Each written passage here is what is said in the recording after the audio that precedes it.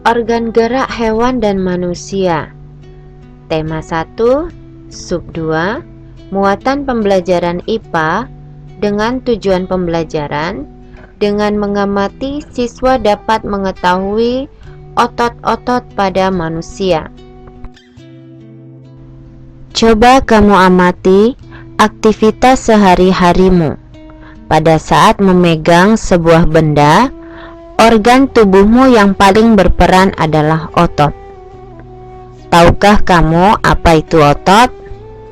Otot adalah jaringan yang ada di dalam tubuh manusia, berupa alat gerak aktif yang menggerakkan tulang sehingga menyebabkan suatu organisme atau individu dapat bergerak. Fungsi otot manusia: menjalankan dan melaksanakan kerja, misalnya berjalan, memegang, dan mengangkat. Menggerakkan jantung, mengalirkan darah yang terdiri atas zat-zat, baik itu nutrisi maupun oksigen. Cara kerja otot: otot bekerja dengan cara yang berlawanan sehingga menimbulkan suatu gerakan. Otot yang satu berkerut atau berkontraksi, otot yang lainnya memanjang atau relaksasi. Macam-macam gerak pada otot berdasarkan arahnya. Gerak antagonis, gerak otot yang saling berlawan arah, sehingga apabila otot pertama kontraksi, otot yang kedua berrelaksasi. Gerak sinergis, gerak otot yang bersamaan arah, sehingga kedua otot berkontraksi bersamaan. Contoh, gerak tangan menengadah dan menelungkup.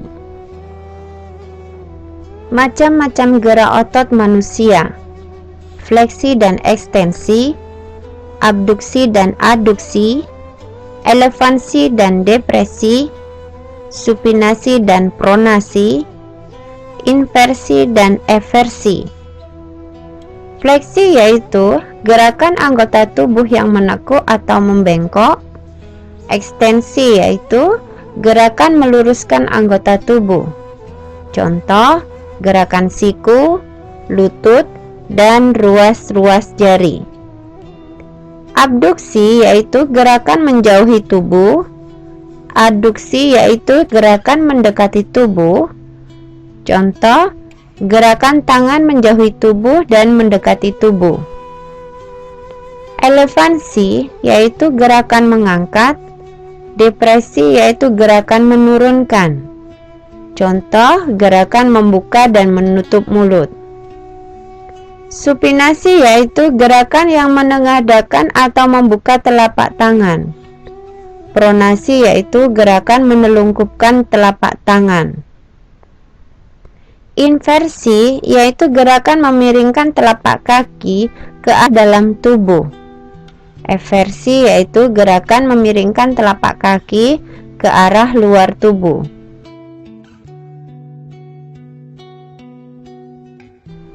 Macam-macam otot manusia: otot polos, otot lurik, otot jantung.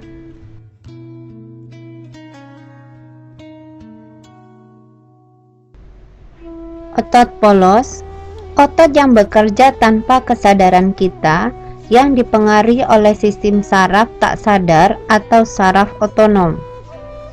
Otot lurik, otot yang menempel pada rangka tulang manusia, yang digunakan dalam pergerakan dan bekerja di bawah kesadaran. Otot jantung, otot yang bekerja secara terus-menerus tanpa istirahat atau berhenti, merupakan perpaduan antara otot lurik dan otot polos.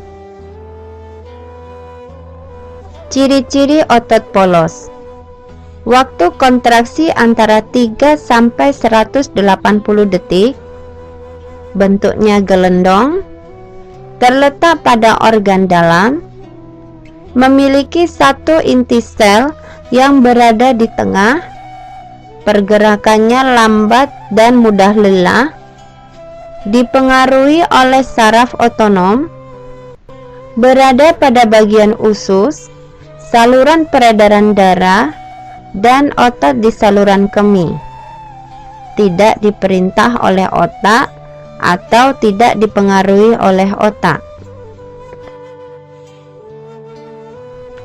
Ciri-ciri otot lurik: bentuknya silindris dengan garis gelap terang, melekat pada rangka, bekerja secara sadar dengan diperintah otak, cepat dan mudah lelah, bentuk yang panjang dan memiliki banyak inti sel atau multisel, mempunyai pigmen mioglobin, inti sel berada di tepi. Ciri-ciri otot jantung: berbentuk silindris, memiliki percabangan, terletak pada jantung, memiliki satu inti sel yang berada di tengah, bekerja tanpa kesadaran manusia, bekerja terus-menerus dan tidak membutuhkan istirahat. Peran otot bagi tubuh kita sangat penting, tetapi kita sering mengabaikannya dan tidak memperdulikan kesehatannya. Oleh karena itu, tidak heran jika kita mengalami kram, nyeri otot, atau cedera otot. Berikut cara memelihara kesehatan otot. Memenuhi kebutuhan cairan tubuh. Dengan mengkonsumsi 6 gelas air, cairan dapat membantu otot melemaskan setelah berkontraksi dan melembabkan sel-sel otot sehingga tidak mudah mengalami ketegangan. Melakukan peregangan. Melakukan peregangan sebelum dan setelah melakukan aktivitas yang berat atau lama. Meringankan nyeri otot. Nyeri otot sesegera mungkin obatin dengan krim khusus, yaitu obat yang mengandung salsilat dan mentol agar lebih rileks. Menghindari gerakan yang membebani otot secara berlebihan. Hindari gerakan yang dipaksa, gerakan tiba-tiba, atau kegiatan yang terlalu membebani kerja otot. Melakukan latihan secara rutin. Melakukan latihan fisik atau olahraga bisa dilakukan dengan banyak hal. Mengkonsumsi makanan yang bernutrisi bagi otot.